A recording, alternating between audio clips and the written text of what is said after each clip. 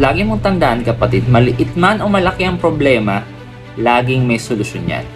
Pero minsan kasi yung solusyon sa problema, hindi siya convenient, hindi siya comfortable, pero solusyon siya.